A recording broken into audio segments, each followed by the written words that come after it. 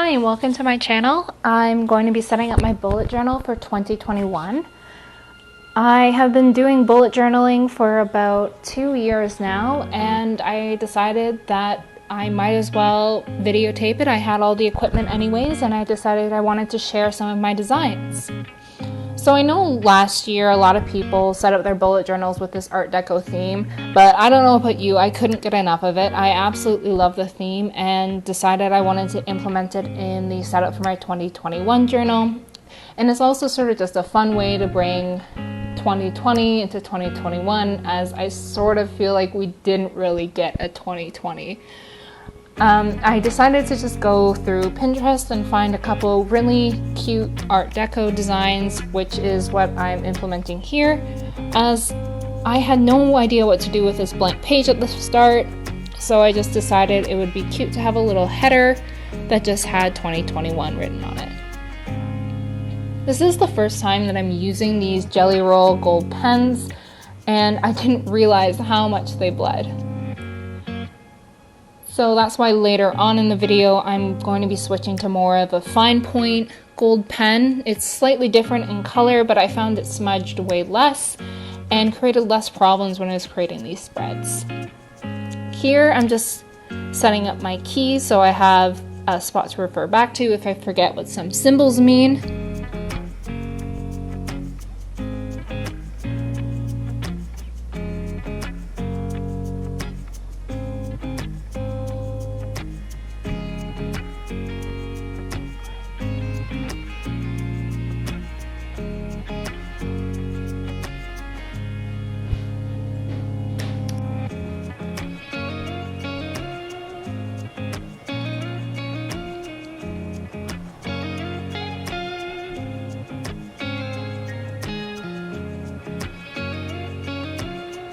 You can see here I'm still struggling with the smudging. I haven't yet figured out how to handle this and how to work around it.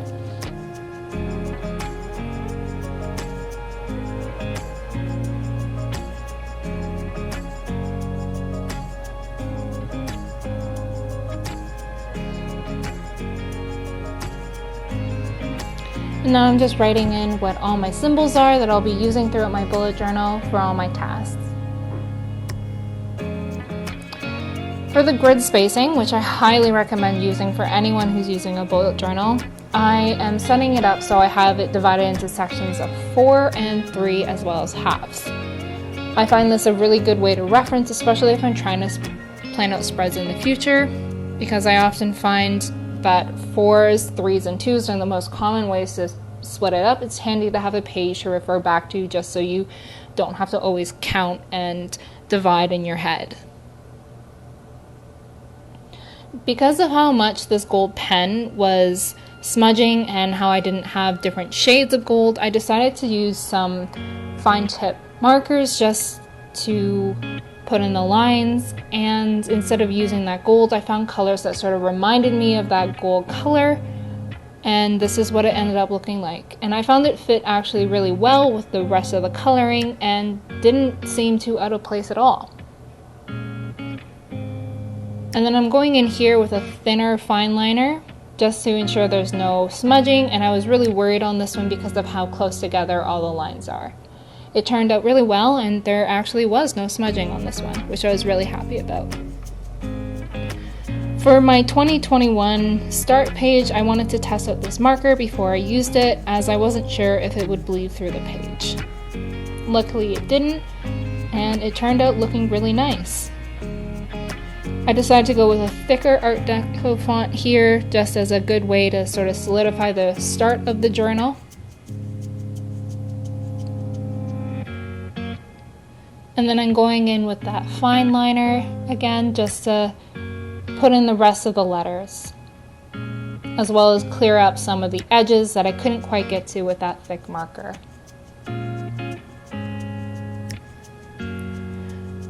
On this page here, I decided to put in a quote, and to ensure there's no smudging, I learned to just let it dry and come back to it later.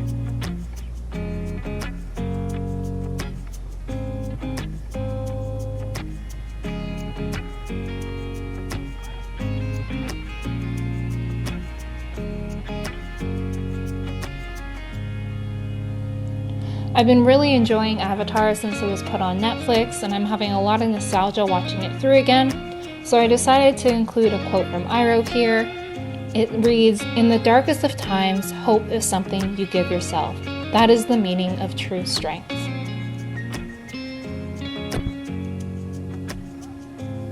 Here I'm just moving on to my future log. I decided to go with a more futuristic Art Deco font just to sort of fit the theme of future. I found it really cute and sort of a funny play on the spread.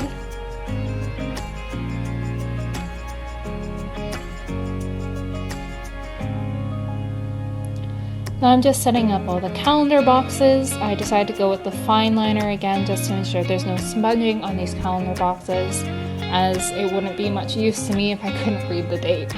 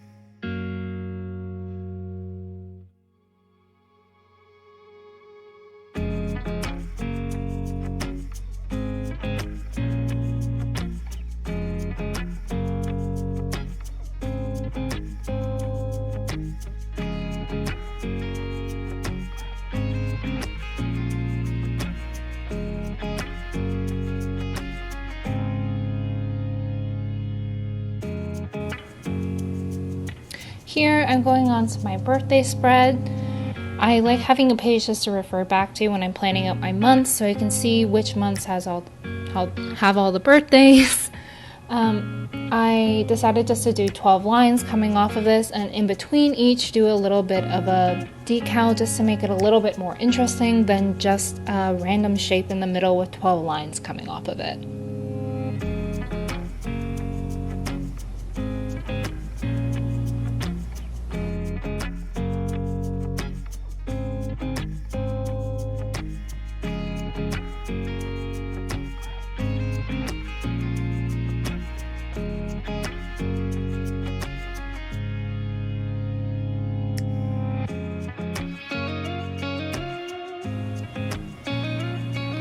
Here I'm going on to my cleaning spread. I like having a page just to remind myself what I want to do each month or daily or weekly for cleaning, just to ensure my house stays nice and fresh and clean. So in order to bring Art Deco into this besides just the font, I decided to make these boxes a little bit larger and create a little margin on the side that had some Art Deco inspirations on it.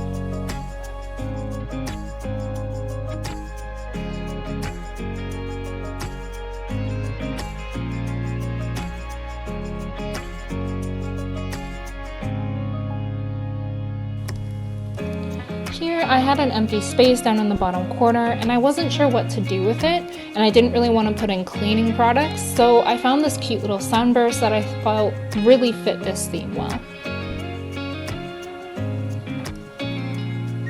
Here I'm just going through and putting in all the correspondence for the boxes, so whether they're daily or yearly. Here, this is the spread I implemented in my bullet journal last year. And for each month, I designated a book and a movie. So on the left hand are all the books and on the right hand are all the movies. The movies are sort of done with a little, like one of those directors things. I have no idea what they're called, but you'll see in a moment. And then here I'm just going with the fine liner and putting in the names of the month.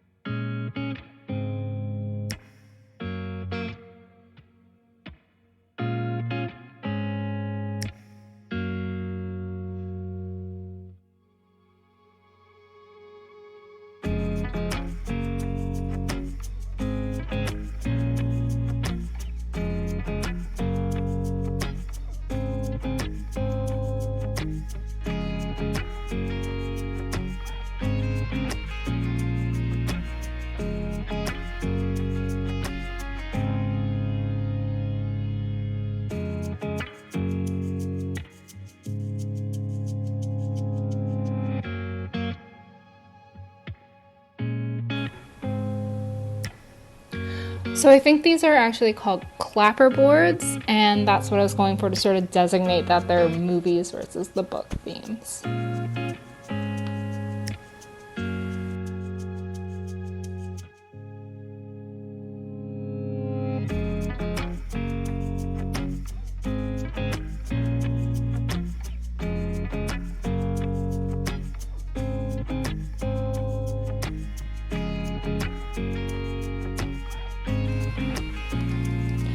So this was filmed after, once I decided what I wanted to do for each month, and so I'm going through and I just took sort of inspiration from each book and created a cute little cover for it.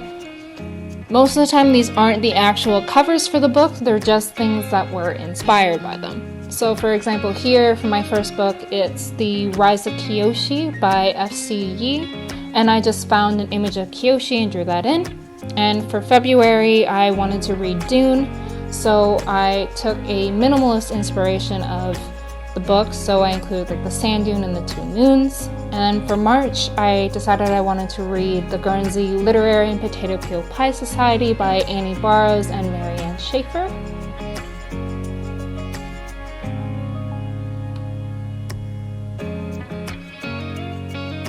And then for April, I wanted to read How to Stop Time by Matt Haig, and I have no idea what this book is about, but I thought it would be cool to include a broken clock because that's sort of like stopping time.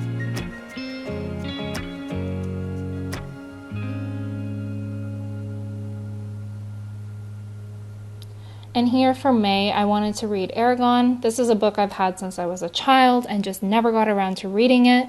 And then for June, I wanted to read The Clockmaker's Daughter by Kate Morton.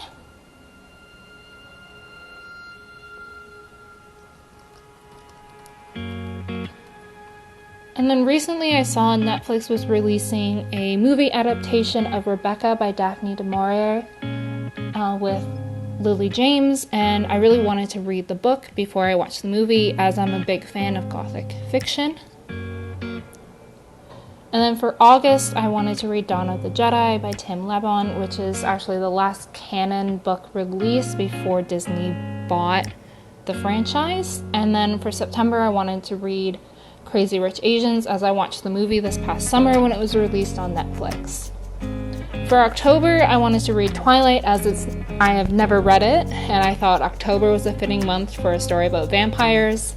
And then November, I wanted to read The Devil All the Time because I recently watched the movie. And then for December, to read The Fellowship of the Ring.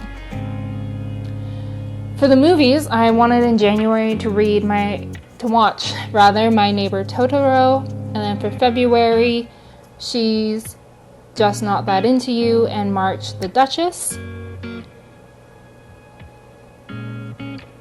For April, I wanted to read Made in Manhattan, and for the February through April movie covers, I couldn't really find any sort of minimalist inspiration, so I just decided to try and draw the covers of these movies. For May, I wanted to watch Starship Troopers, as I know it has sort of like a cult-like following, and I wanted to see what the movie was about. I've heard people say good things, I've heard people say bad things, and I thought it was finally time to check it out for myself.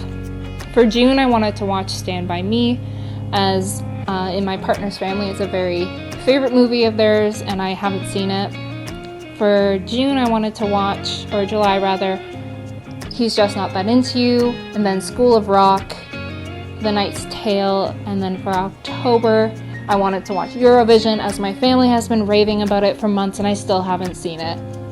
For November and December, I wanted to watch Eat, Pray, Love, and then One Day, just to end off on a feel-good note. Something I also implemented in my bullet journal last year was this ultimate playlist. So for each month, I would select 10 songs that sort of came to me throughout the month, most of the time new songs that I hadn't heard, and then I found at the end of each month I would pick my favorite and put it into this ultimate playlist for the year. So here I'm just adding some Art Deco elements around the margins before going in and putting in the actual song for each month.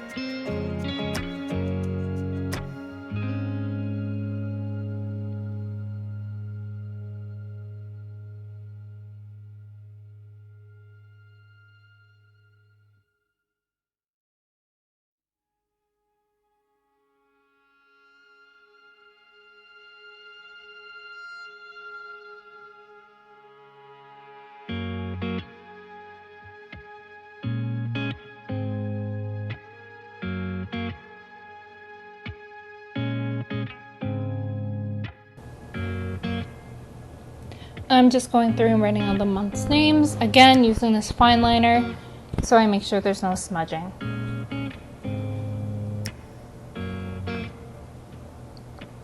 Another thing I implemented last year was this memories page. So each month I would draw a little doodle for my favorite memories from the month, and then of those 3 memories I pick my favorite and transpose it into this spread so that at the end of the year I had a little page to flip to that remind me of all my favorite memories throughout all the months.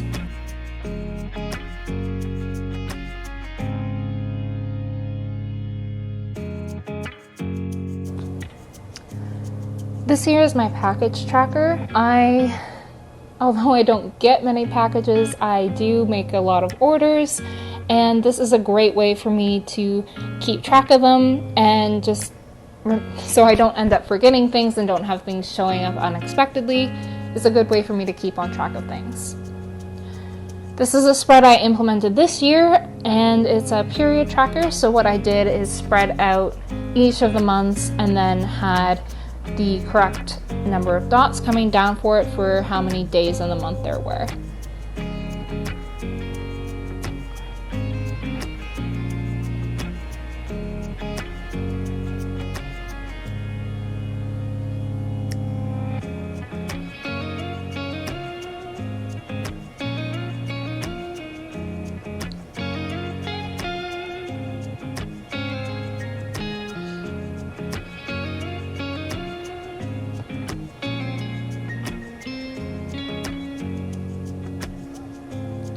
Corresponding to that, I made a symptom tracker just so I can keep track of which symptoms are really affecting me and which ones that I need to look out for and how I can make that better for myself.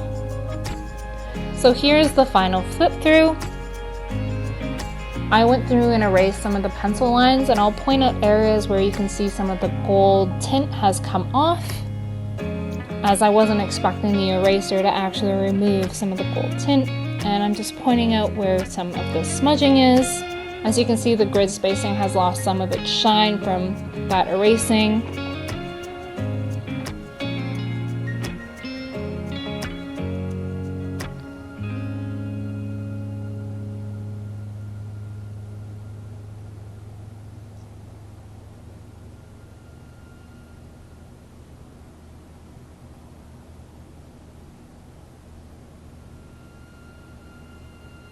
Again, you can see here this is before I implemented all the drawings for each month, and again pointing out places where the shine has sort of gone away. I opted after to just stop erasing because I really liked the way it looked and I didn't really care that much about having the pencil show through. And that's the end. Thank you for watching this video, and I will be uploading a semester setup soon. Thanks for watching. Bye.